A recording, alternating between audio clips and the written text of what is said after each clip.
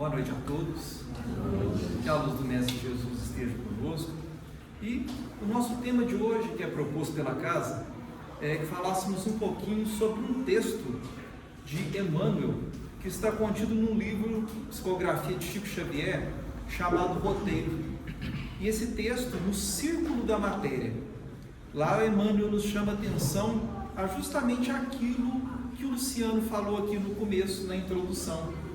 A nossa percepção da doutrina espírita não apenas como uma simples religião, mas como um grande roteiro para o nosso processo de melhoria, para o nosso progresso, para o despertar da nossa humildade cada dia, de entender os nossos desafios, entender o desafio do outro, ter essa compreensão que é a sede que o nosso mundo tanto tem apresentado.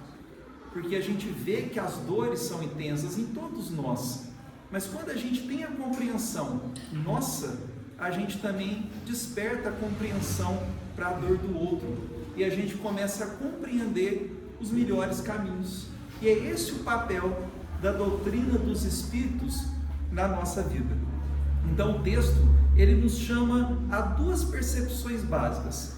Primeiro, o valor da nossa encarnação, o valor do nosso corpo, daquela família ao qual nós estamos encarnados, do nosso momento agora, das nossas situações, até mesmo o valor dos nossos desafios que nos chamam ao progresso, que nos chamam à melhoria espiritual. E além dessa encarnação, ela nos chama também à responsabilidade das nossas ações. Não somente as nossas ações puramente físicas, mas as nossas ações incluindo os nossos pensamentos, que é o nosso estudo da noite de hoje. Para que a gente sempre faça um estudo seguro, a gente sempre começa como base nas obras de Kardec e associa com outras obras para a gente ter segurança no estudo de um determinado assunto. E a gente começa com o Livro dos Espíritos. Existe uma parte do Livro dos Espíritos que a gente absorve uma grande quantidade de informação e de conhecimento, que é a introdução do Livro dos Espíritos. E lá existe um trecho que nos chama a atenção. Kardec diz assim: acrescentamos que o estudo de uma doutrina, qual a doutrina espírita, que nos lança de súbito numa ordem de coisas tão nova como grande, só pode ser feita com utilidade por homens sérios e perseverantes, livres de prevenções e animados de firme e sincera vontade de chegar a um resultado. Então, quando Kardec fala que quando nós buscamos a doutrina espírita, nós precisamos ser sérios, não é que a gente vai ser carrancudo, muito pelo contrário. A gente tem que ser alegre, a gente tem que ser disposto com as outras pessoas, a gente tem que ser amoroso com as pessoas. Mas a seriedade que ele nos pede é a seriedade com aquela sede que nós temos e a verdade em sanar essa sede através do conhecimento. Então, quando a gente busca essas palavras de Kardec, a gente começa a entender que a seriedade não é tratar Deus mais como algo distante, em que a gente cumpre uma responsabilidade semanal de 50 minutos, 1 hora, e a gente se coloca quite com as leis divinas. Não. A responsabilidade que Kardec fala são as nossas 24 horas, de entender que, independente de religião, independente de crença, independente dos desafios, das lutas diárias, todos nós estamos no mesmo objetivo, que é a essência que o Cristo nos ensina, que é o amor. Então, dentro da doutrina espírita, qual que é o primeiro ponto? O respeito com todas as pessoas, independente da religião que a pessoa siga, independência dos desafios que ela traz, que a gente tenha a seriedade de entender doutrina espírita como um processo de aprimoramento baseado naquilo que o Cristo nos ensinou. Mas para nós, enquanto espíritas, respeitamos, é claro, todas as manifestações religiosas que levam o homem ao bem, mas sem perder de vista a riqueza de informações que nós podemos ter através da voz dos Espíritos, de entender a religião não mais apenas como um modelo externo, como um modelo social, mas a religiosidade que verdadeiramente nos abre a essência de Deus dentro de cada um de nós. Nós agora não podemos ter religião como uma ideia exterior, que mostra o belo para as pessoas, mas uma religiosidade que mostra o belo dentro de nós, que nos aproxima verdadeiramente do Criador. E para isso, a gente busca o Evangelho. O Evangelho sozinho, às vezes, a gente não entende muito o porquê. Mas se a gente fica só no científico, a gente não tem a mola propulsora, que são as palavras do Cristo.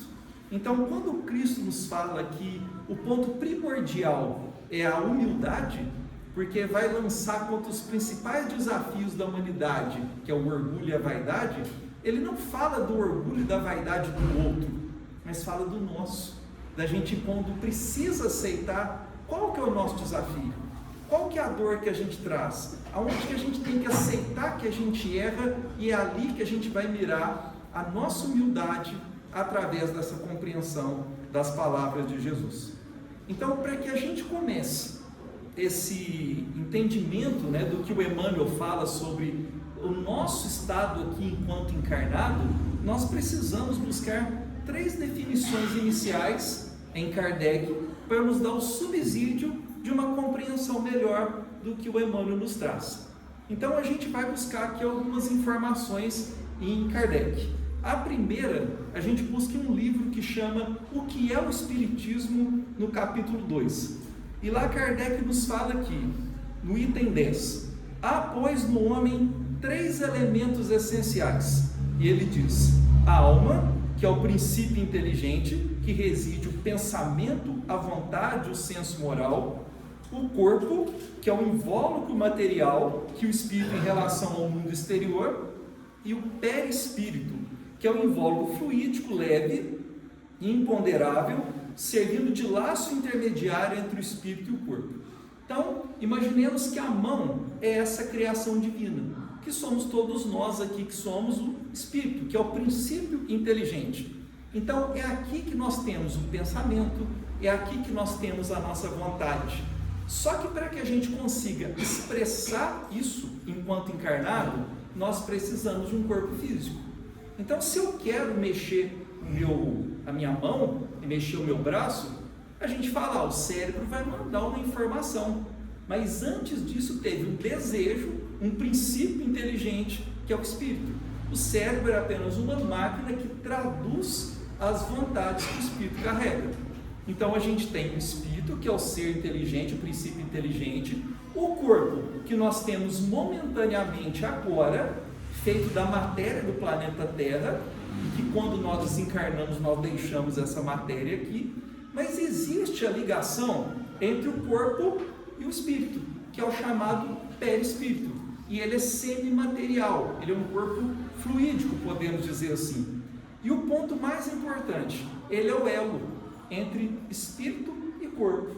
Então tudo aquilo que o espírito sente, projeta, pensa, ele canaliza e transfere para o corpo. Só que as nossas percepções físicas, visão, audição, aquilo que a gente age no nosso dia a dia, nós também transferimos e registramos aquilo no perispírito. Então muita gente fala, eu vi o espírito ali. Não, a gente não viu o espírito, a gente viu o perispírito, que seria o formato ali do nosso corpo. Só que tudo aquilo que nós projetamos, nós registramos nesse perispírito. E Jesus nos fala sobre isso, Tudo que ligares na terra será ligado nos céus. Tudo que desligares na terra será desligado nos céus. Então, se nós temos ações positivas de crescimento, de humildade, que verdadeiramente nos levam ao verdadeiro amor, nós passamos isso para o perispírito. Mas da mesma forma, as nossas ações de ódio, de raiva, de pessimismo, a gente também transfere isso para o perispírito. Então a gente vai ver dentro da literatura espírita muitos espíritos desencarnados que estão numa condição escura, numa condição às vezes até em formato animalesco, mas da mesma forma a gente vai ver falar de espíritos iluminados. Isso é porque seria uma bondade de Deus com uns e um pessimismo com outros? De forma alguma. São construções que nós vamos fazendo ao longo do tempo dentro do nosso livre-arbítrio. Dando uma sequência no segundo ponto, a gente vai na outra obra de Kardec, que seria a Gênese. lá no capítulo 11, quando ele fala da encarnação dos espíritos. Lá é dito assim: as necessidades e as vicissitudes da vida carnal forçam o espírito a exercitar suas faculdades, desenvolvendo-as, resultando em seu progresso, enquanto que a sua ação sobre a matéria auxilia no progresso do globo, colaborando assim com a obra do Criador. Então, ou seja, nós enquanto espíritos, nós precisamos de um corpo físico justamente para progredir. Ah, mas por que a gente progride aqui na Terra? Porque a gente está em prova e expiação e a gente está numa oficina, dentre as oficinas mais bonitas de trabalho do amor. Então, se a gente tem uma oportunidade de fazer luz aonde existe treva, esse aprimoramento é nosso. Mas a gente só aprimora quando a gente está vendo o aprimoramento do outro. E o aprimoramento do outro também está quando ele vê o nosso aprimoramento. É assim a nossa vida familiar, é assim a nossa vida social, a nossa vida no nosso local de trabalho. Por isso que a doutrina espírita, ela tira essa ideia de religião de apenas 50 minutos e mostra que a religiosidade é 24 horas. Porque às vezes eu posso falar, não, aqui dentro do centro espírita eu vou ser bom. Mas se lá na minha casa eu faço ao contrário, no meu trabalho eu sou um tirano e eu faço inúmeros desafios na sociedade, eu não estou entendendo a complexidade que é essa proximidade com Deus, que não é mais aquela estrutura extremamente material, estamos fazendo uma visualização mais espiritual, e nós somos os responsáveis por aquilo que nós criamos, né? E a gente vê muito isso dessa grande oportunidade que nós temos aqui agora. Nós temos um corpo físico, estamos inseridos no local adequado, com as pessoas adequadas para esse aprimoramento. E a gente vê algumas parábolas de Jesus, a gente quando faz a leitura e vê algumas explicações espíritas, a gente compreende o valor desse processo encarnatório. Existe uma parábola que está em Mateus no capítulo 18, e lá ela fala sobre parábola do credor incompassivo. Então existia um homem que devia 10.000 talentos a um rei, e o rei queria tomar as contas, chama aquele devedor, cobra ele, fala que tomaria a esposa e os filhos dele e ele seria preso. Então aquele homem, ele cai de joelhos, ele pede o perdão naquele momento ao rei, para que aquela dívida fosse perdoada. E o rei, num instinto de misericórdia, perdoa aquele homem. E aquele homem, ele sai então da presença do rei aliviado, porque ele foi perdoado. Só que na hora que ele encontra um amigo que devia apenas 10 denários para ele cobra o amigo. E a gente espera o quê? Se ele foi perdoado, ele deveria perdoar também. E ele fez exatamente o contrário. Quando o amigo pede perdão, ele agarra no pescoço do amigo. Os funcionários do rei viram aquilo, levaram ao rei, o rei chama aquele homem e fala: se eu te perdoei, você também deveria ter perdoado. Então agora você vai ser levado, né? Você vai ser entregue, né? À própria consciência. O que essa parábola do Cristo nos fala? Do processo reencarnatório. Lá no livro Céu e Inferno, também de Kardec, fala sobre a necessidade, enquanto no mundo espiritual, enquanto desencarnados, do arrependimento, da expiação e da reparação. Porque a gente pode pensar, por que tem tanto espírito sofredor e tem tanto espírito de luz e não ajuda esses espíritos? Eles talvez não querem ajuda, eles estão fechados para essa ajuda. Mas quando bate o arrependimento, quando vê a dor falar mais alto, e vem o que o Cristo nos fala no Evangelho segundo o Espiritismo, que a gente precisa reduzir o orgulho e a vaidade, entra o arrependimento. Então na hora que abre campo ao arrependimento, a luz se faz. André Luiz fala muito isso no seu primeiro livro, né? Nosso Lar. E a equipe espiritual chega, leva esses espíritos para o acolhimento, para o aprendizado, e vem uma nova oportunidade, que é o novo planejamento encarnatório. Mas nós precisamos agora de expiação e de reparação.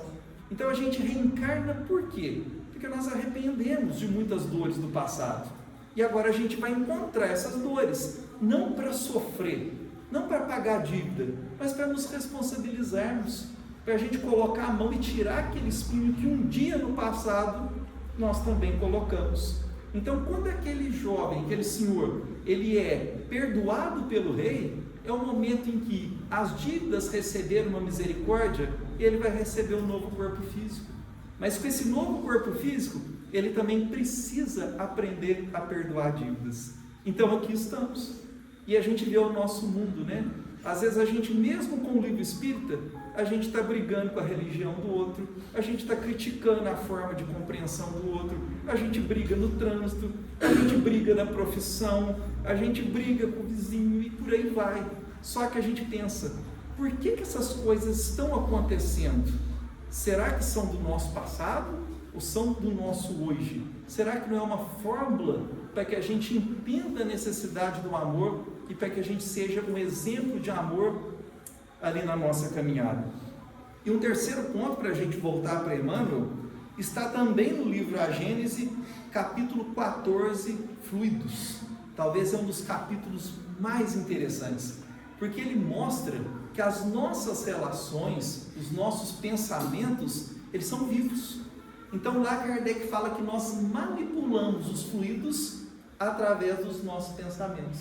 Imagina se a gente tivesse pelo menos alguns segundos do nosso dia e a gente pudesse ver a cor dos nossos pensamentos, das ondas que nós emitimos, e a gente também pudesse ver as ondas que chegassem para a gente. Acho que a gente surtaria, né, de ver a miscelânea de pensamento absurdo que a gente ainda está inserido e que a gente acaba emitindo. E lá na Gênesis é dito assim: os espíritos atuam sobre os fluidos espirituais, não manipulando como os homens manipulam os gases, mas empregando o pensamento e a vontade. Então, quando a gente emite o ódio a alguém, esse ódio chega a essa pessoa, mas a gente precisa pensar, se ele chegou numa pessoa, mas qual foi o ponto de partida? O nosso interior. E automaticamente o nosso perispírito fala isso. Então, talvez a gente vai ver algum médico que vai conseguir observar isso. O nosso campo, aqui a nossa aura, né, a nossa vibração, às vezes a gente está falando, está com as palavras bonitas, mas o nosso campo está todo escuro, inclusive até com as formas de pensamento. E o Luciano, semana que vem, já vou deixar o convite, ele vai fazer um trabalho, uma palestra, justamente sobre esse assunto, sobre a relação de doenças e a relação com os nossos pensamentos e a questão do perispírito. Vale a pena assistir a palestra de semana que vem. Então a gente tem um caso, e o Chico conta isso. O Chico, como tinha uma mediunidade aguçada e bem interessante, ele trazia casos. E ele fala que ele estava passando, ele acordou atrasado, perdeu a charrete, ele era funcionário do Ministério da Agricultura, e a gente sabe que enquanto espírita nós temos o nosso trabalho material, né? A gente não vive de religião. Então ele trabalhava no Ministério da Agricultura, psicografava às vezes a madrugada inteira e ainda tinha o trabalho material dele. E ele estava correndo para chegar a tempo no trabalho. E uma senhora chega e fala: Chico, preciso falar com você. Na hora ele fala: eu estou atrasado, eu não vou atender essa mulher. E ele falou: não vou atender, não tem como, né? E ele vai correndo naquela ansiedade, né, dentro do pensamento apenas individualista, e o Emmanuel aparece, né, e fala: Chico, volta. Ele falou: mas já estou atrasado. Ele volta. E ele volta, e a mulher falou: Chico, pensei que você nem ia me atender, pensei que você fingiu que não me escutou. Ele: não, minha filha, é que eu estou um pouco rápido, não estava percebendo. Aí ela fala: você me passou essa receita desse remédio? Eu só queria uma perguntinha, só saber como que eu vou tomar. O Chico não gastou nem um minuto para explicar para ela. E ali se despediram, ela agradeceu, o Chico foi embora.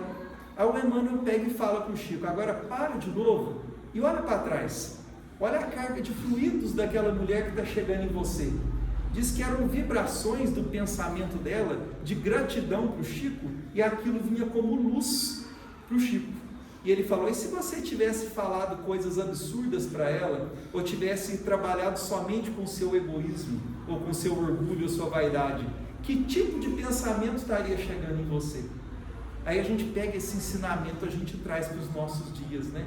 O que a gente pensa durante o dia? Quando a gente está dirigindo, quando a gente está andando, nas relações humanas, o que a gente emite para as pessoas e o que às vezes a gente recebe devido às nossas ações.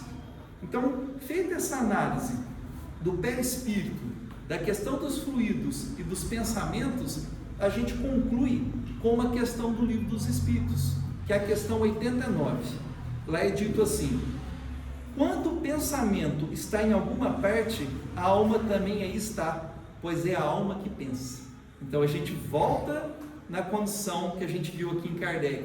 O que pensa não é o cérebro, o que pensa é o espírito, é o princípio inteligente. O cérebro é o tradutor daquilo que nós estamos emitindo, certo? Então, nós estamos ligados a justamente aquilo que nós pensamos. Nós somos atraídos a justamente aquilo que nós estamos sintonizando. E a gente volta agora lá no Evangelho do Cristo, em Mateus capítulo 6. Pois onde estiver o seu tesouro, ali também estará o seu coração.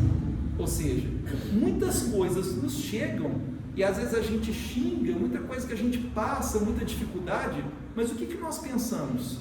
O que nós emitimos? Nós vamos entrar agora em um momento muito complicado, porque como nós somos provas e expiações, e nós somos espíritos ainda aprendizes, nós às vezes nos desequilibramos muito nas situações de assuntos que envolvem religião, assuntos sociais e os assuntos políticos. Como que é importante a gente ter, é claro, a opinião, seja qual for, A ou B, mas a gente ter o padrão vibratório não somente para a gente, mas para aqueles que estão ao nosso lado. Se a gente pegar o Evangelho segundo o Espiritismo, lá tem um capítulo que fala sobre duelos. Antigamente as pessoas colocavam a armadura, assentavam em cima dos cavalos e iam degladiar um com o outro, até matar, até ferir um ao outro. Isso acontece hoje aonde? Na rede social. Só que a gente não fere fisicamente mais, a gente fere espiritualmente. Às vezes a gente lança dardos ofensivos para as pessoas e a gente emite aquilo e nós recebemos também. Então às vezes a gente disputa tanto umas ideias, às vezes tão pesadas sobre as questões religiosas, políticas e sociais, mas o quão ferido que nós vamos saindo disso. O quanto que nós saímos doentes de quando nós tiramos o celular porque a gente brigou com as pessoas por ideologias e que não tem nenhuma certeza de seriedade. Por quê? Porque todos nós somos provas e expiações, todos nós erramos, todos nós temos desafios e que não existe uma perfeição no mundo ainda, a não ser o modelo que o Cristo nos pede, que às vezes é difícil, mas é necessário que a gente siga. Feito então essa avaliação com base em Kardec e também no Evangelho, a gente volta agora para as considerações de Emmanuel. E o primeiro ponto, Emmanuel fala, nós selecionamos 4 frases dele. Ele diz assim: a matéria é uma força coagulada, dentro de extensas faixas dinâmicas, guardando a entidade mental de tipos diversos, em seu longo roteiro evolutivo. Então ele nos fala que o espírito é aquele ser que pensa e nós estamos envoltos numa matéria. Só que a qualidade da nossa vida, a qualidade das ações, da nossa saúde, depende muito daquilo que nós pensamos. Tanto é que o Cristo nos ensinou uma gama de informações nas bem-aventuranças.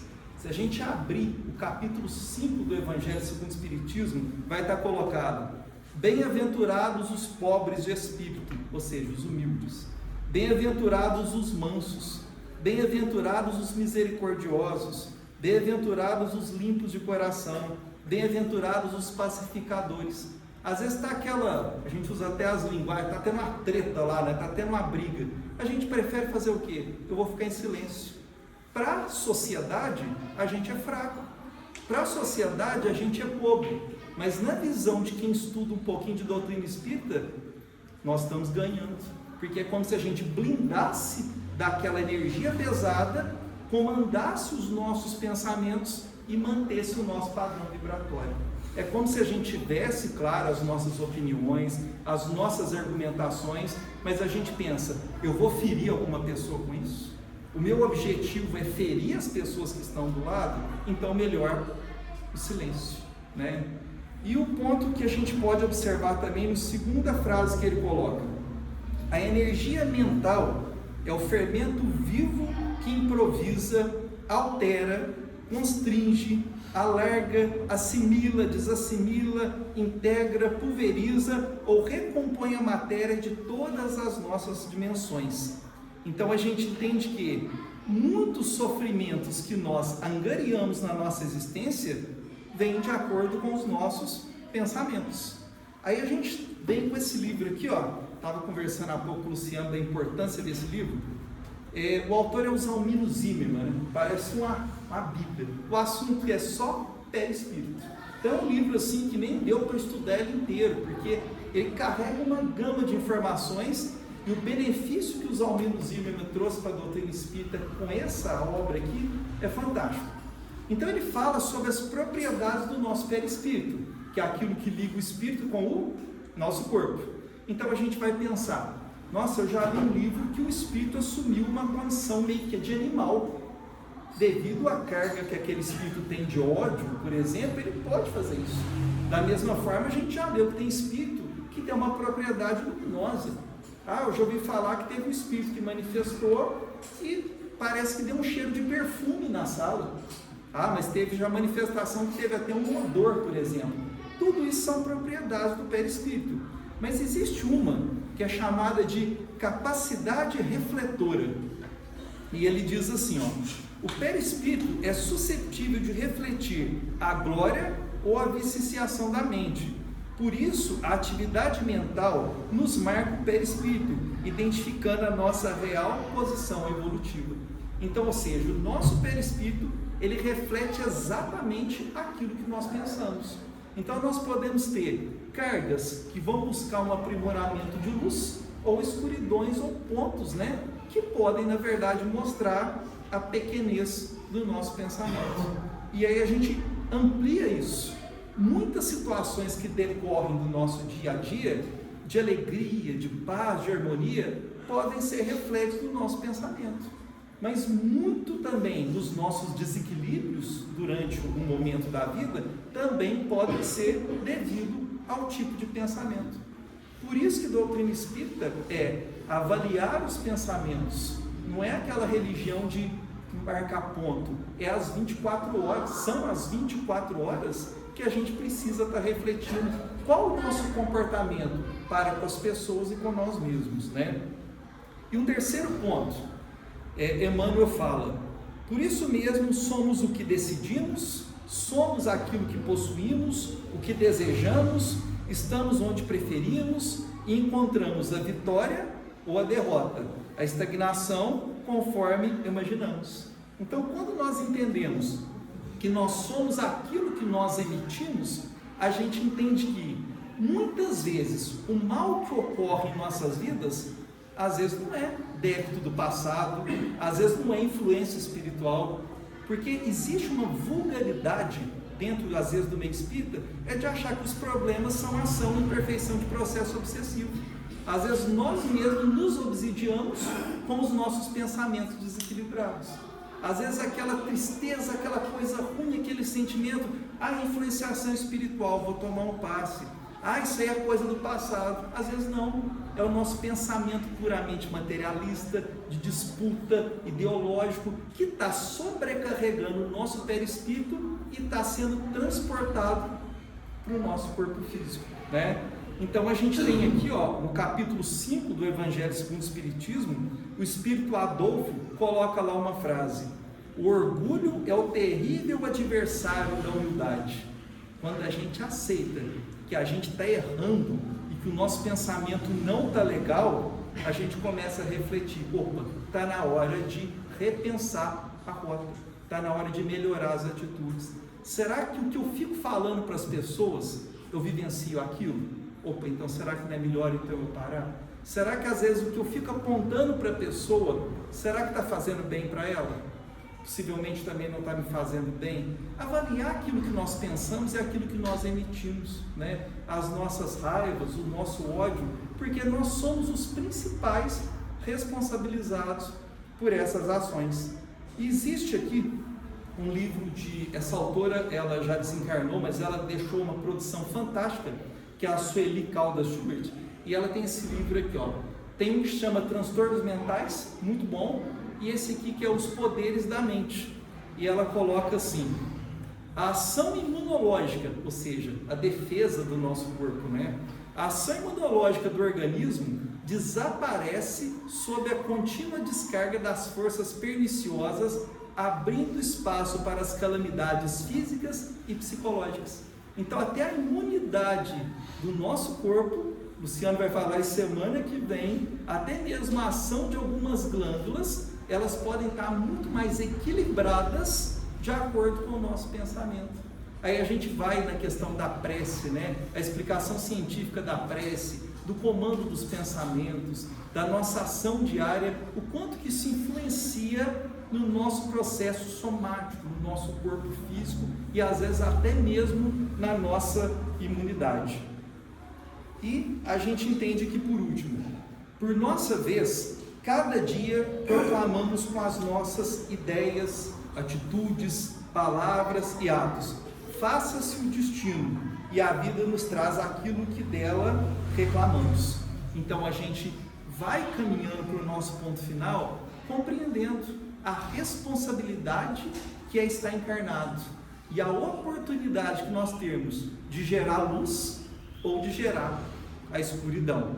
E dentro do Evangelho, o Cristo nos exemplifica no caso daquela mulher com hemorragia. Ela passou mais de 10 anos querendo uma cura e não conseguiu. Ela gastou tudo que ela tinha e não conseguiu.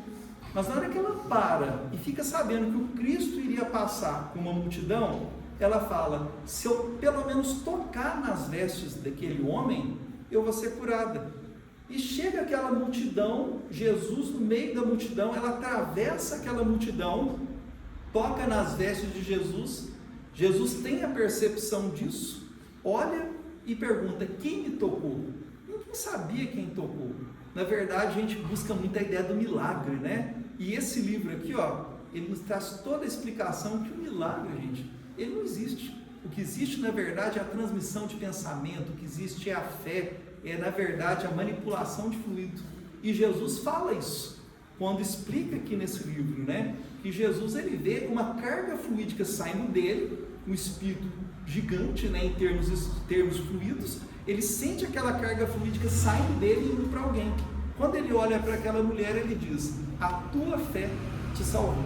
O desejo de amor e de cura daquela mulher sintoniza com a vibração do Cristo e permite que a cura seja feita. Mas precisou de uma humildade daquela mulher, de vencer a multidão. E aí a gente pensa: qual que é a multidão que a gente tem no nosso dia a dia? Às vezes o nosso orgulho, a nossa vaidade, em achar que às vezes a gente sabe mais que as outras pessoas. Então, quando a gente vence a nossa multidão, quando a gente vence aquilo que nos torna como barreira para chegar no ensinamento do Cristo, se a gente vence aquilo, a gente vai buscando, na verdade, essas curas. E André Luiz, que é um espírito que a gente nunca pode deixar de falar dentro da doutrina espírita, nesse livro aqui, ó, Mecanismos da Mediunidade, ele fala assim: quanto mais ele acentua o aperfeiçoamento e a abnegação, a cultura e o desinteresse, mais se lhe sutilizam os pensamentos e, com isso, mais se lhe aguçam as percepções mediúnicas que se elevam à maior demonstração de serviço, de acordo com as disposições. Então, quanto mais a gente vai trabalhando intimamente, mais os canais vão se abrindo para esse contato com essa luz, para a permissão com que essa luz chegue dentro de cada um de nós. E a gente finaliza com um autor espírita, que é o Leon Denis. Ele é extremamente filosófico. Acho que eu já usei muitas vezes ele aqui na casa e, de novo, não terminei esse livro, porque a gente lê uma frase, rabisca, escreve e é muito filosófico e muito importante. Quem gosta de leitura aí, fica a dica aí, ó, O Problema do Ser, do Destino e da Dor, Leon Denis.